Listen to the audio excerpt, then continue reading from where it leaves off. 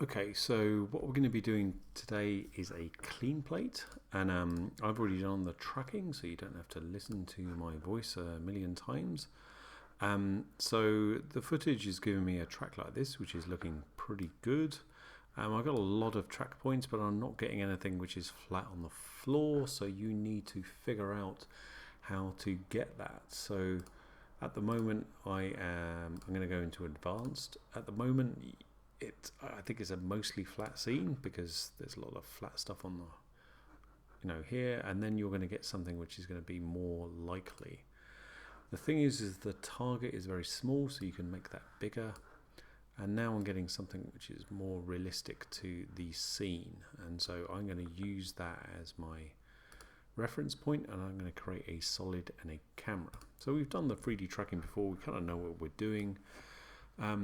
But what we're going to be trying to do, kind of after that, which is stuff that you know already, is we're going to take this scene, and when she jumps in the air, which is around here, like 11:03, we are going to make her disappear. So I'm going to drop in a marker there, and then we're going to use a part of the footage, which is, let me just turn this off, which is going to be similar to that.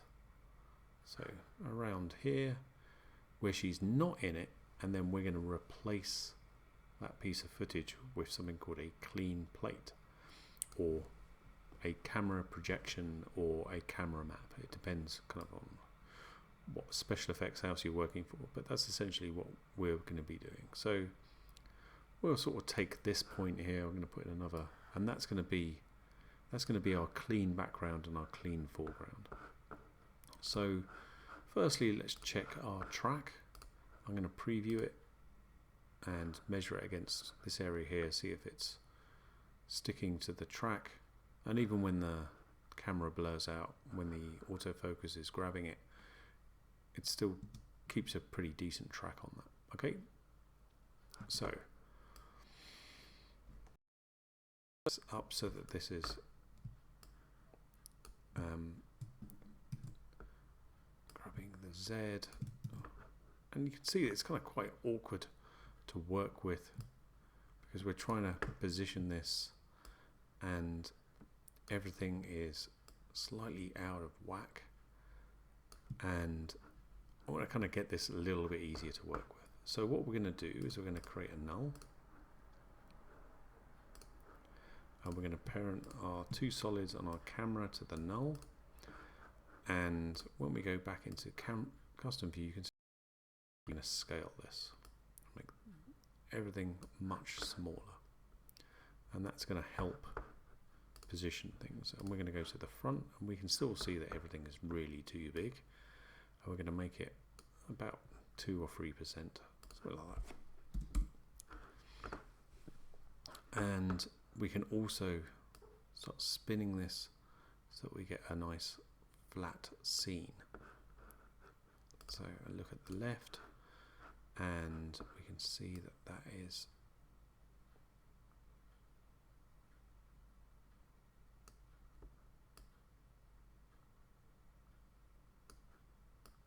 it's going to take a little bit of fiddling around to kind of get it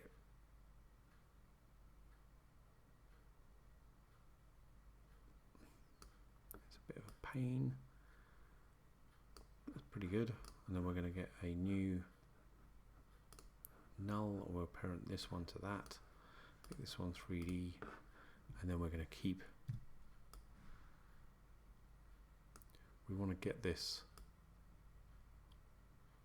as flat a scene as we can. That's pretty good.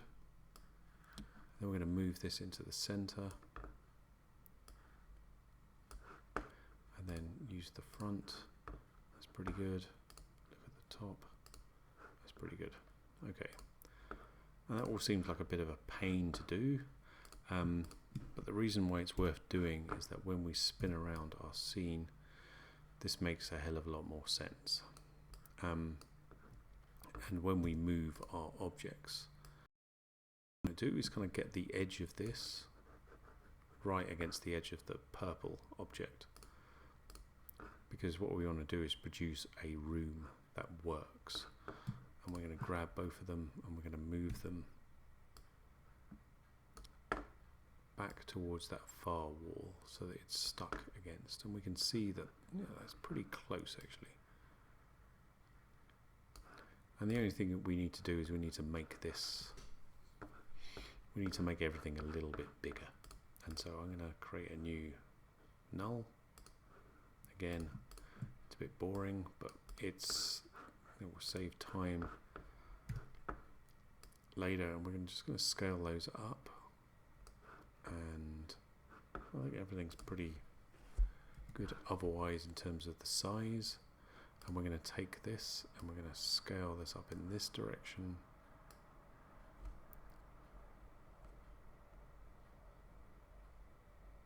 And we want those to be like as close as we can together. Okay, that's pretty good. So what we've got now is we've got a virtual wall and a virtual floor, which is great. You're probably thinking, well, who cares? Well, what we're going to do is we're going to project it using a light, kind of like a cinema using a piece of film. We're going to project it using the same coordinates as this camera onto these two objects, and we're going to recreate this room as a still, which sounds a bit headbendy, but that's kind of what we're going to do. So we're going to firstly make this 3D, and we'll view it, and you can see that it's huge, and it's in a bonkers. If we look at the scene now, we've kind of got this massive like image, and then we've got these two things. We've got the camera, and we're going to create a light. So we'll create just a point light. It needs to be white, so make sure that it is, and make sure the shadow diffusion is 0, because we don't want the shadows to be soft, we want them to be hard, because what we're doing is we're using this to project it. It'll kind of make sense in a minute. So now you can see that we've created this light, and it's lighting that because it's a 3D object, and it's lighting these as well. So now's the kind of tricky bit, because what we want to do is we want to make sure that this light is in exactly the same place as this camera at this point in time, because what we're doing is we're projecting this still image at this point in time on those things. So we need to copy the transform data of this onto the point light. A quicker way of doing that is by pressing Shift and then parenting it to that. And so now you can see that the light is in exactly the same point as that camera. The other thing that we need to do is we need to make sure that this 3D image is also at the same position as the camera. So we'll press Shift and we'll transform it onto the camera. So you can see that they are now, both the light and this shot are exactly where the camera is, and they're parented to it. So if you move it around, you can see that they move around, and that's kind of cool. But we don't want that to happen. What we want them to do is to stay at this point in time where they are. So we're going to unparent them, but they've still got the same. They're still at the same point in time. So we're going to go back to the active camera. Nothing's changed. We've got this kind of these two pink things, and we've got the camera doing its stuff. So what we're going to do is take this shot, and you're going to see the transform data is kind of all over the place, and that's not right. So we need to make that zeroed. So I'm going to do that again. Press Shift and then go none. If we go into here, see the transform data is still pretty crazy, but we're going to move it towards the camera a little bit, or away from the camera. It's just a little bit, and you can see that we've got a very big blurry image. And we're going to make, and the reason why it's blurry is because it's just really, really, really big, and we need to make it smaller. So I'm going to make it 1%, and that's still not small enough. and we're going to make it 0.2%, and that's still not small enough, and this is not right, and it needs to be, nope, it needs to be tracked onto the camera, and now that's right. You can see that the scale and the position are zeroed, so that when we move this a little bit, we can make this 1%, and you can see that it's kind of getting closer to being. And what we want to do is we want to make it exactly the size of the frame, and 0.3 is nearly enough. So 0.29 and 0.295 and actually 0.296. And okay, we need it to be exactly the same size as the frame, and that is just too big. 0.294,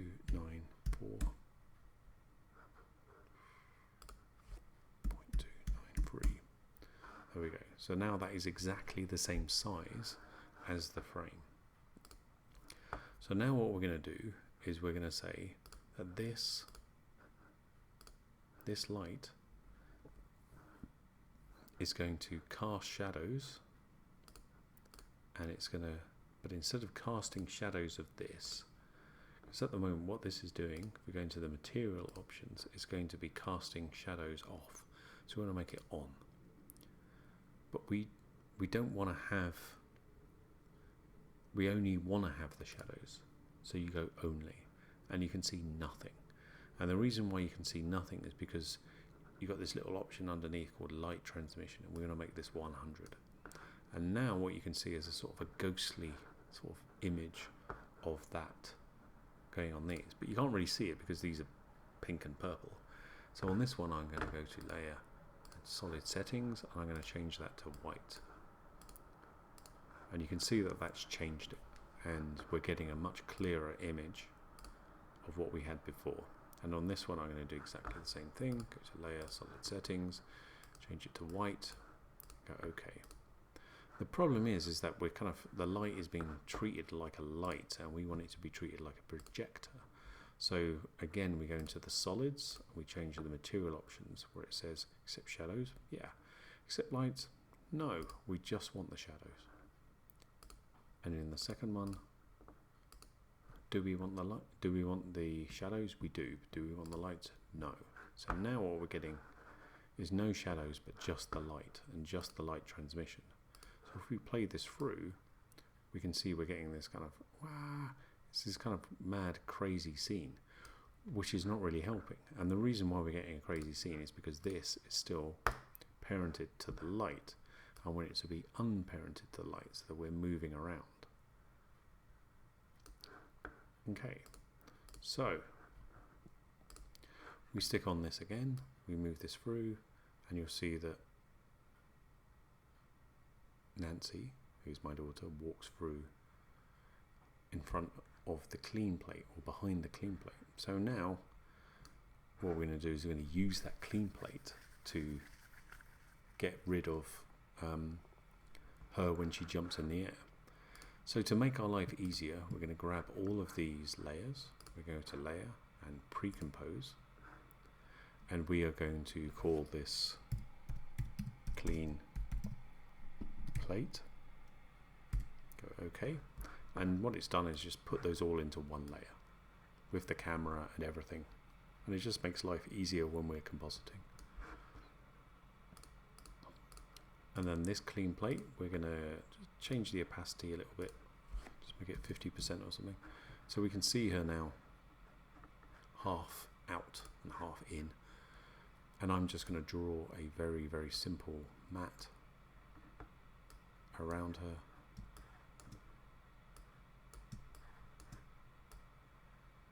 You don't have to overthink this too much, but I'm just making something that's simple. So that's our mat, and I'm going to bring the opacity up to 100 again. She's still cut out, and the reason why she's cut out is because this is the clean plate. It's the clean image without her in it. So what we're going to do is we're going to make her disappear. So this one, needs to be, I don't know, around here. And we'll make this mask here. We'll go back to here, and we will make this mask go away. We'll make her appear from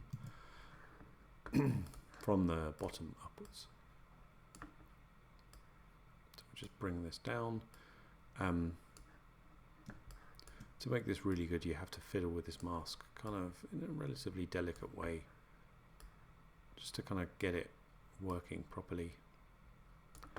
And so now it will animate like that. And then this last one, we need to make sure that she disappears completely. Sorry, I'm losing my voice here.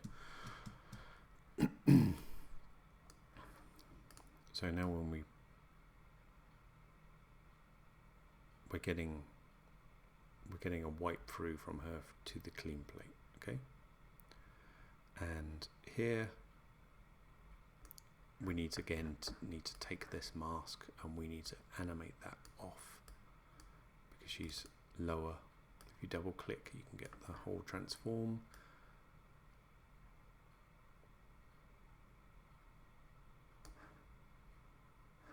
And we're also going to animate the opacity of this entire layer.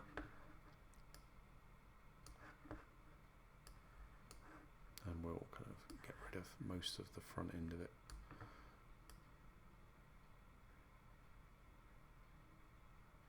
There we go. So now she's disappearing. Other things that we can do are, if we just turn this off, we can turn off the matte. If we deselect, we can see there's like a little edge around here, but we can change that by changing the feather. So if we feather that a little bit, it's a softer resolution and we can't really see it. Okay, right. Now we're going to do some more to cover this up. So I've given you a little bit of production particle work, which is done by a company called Production Crate, and they've got this little particle burst, and we're going to use that to cover up even more of our errors. And so what we're going to do is going to colorize this as she kind of disappears. So I'm going to, this is going to be her feet, and we're going to colorize that to match the boots that she's wearing. So go to color correction and tint, and we'll change this to kind of like a brown kind of color, like that. And we'll scale it down so it's not too big. So it will look like when she jumps up, we'll just make it happen at the right time, and then it will make it look as if she's sort of disappeared. And then we're going to create another one. We'll duplicate this, and this one is going to be a bit further on. It's going to be a bit higher up. This will be her jeans, and we'll scale it up a bit, and we'll change it so that it's blue. I'll even copy the color. It's maybe a bit dark. It's going to make it a bit bluer, maybe a bit smaller.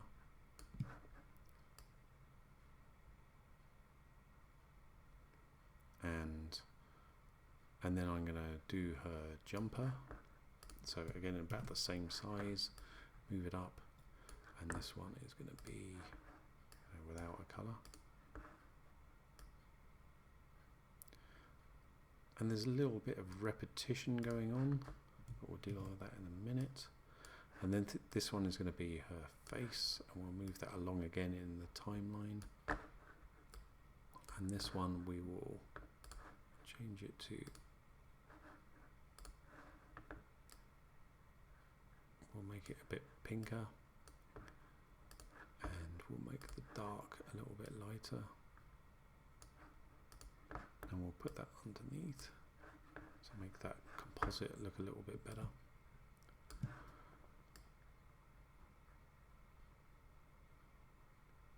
And this is going to take a little bit of time to composite.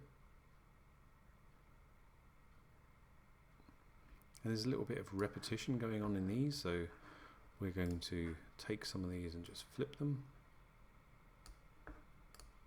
And we are going to rotate them a little bit, just to kind of get rid of that a little bit. And then that's the final effect. So we just zoom out, and I'll do a preview of that. So I'll just preview this little section. We'll see how it looks.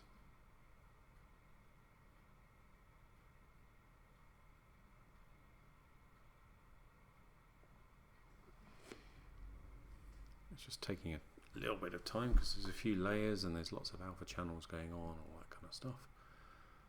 And that's looking pretty good. There we go. So now she's disappeared. And it's kind of a relatively easy effect. You know, where you place these particle effects, you can kind of get that looking much more accurate and a bit more well timed. But that's kind of okay. And we're going to call that done. And so I'm just going to save. And we'll call this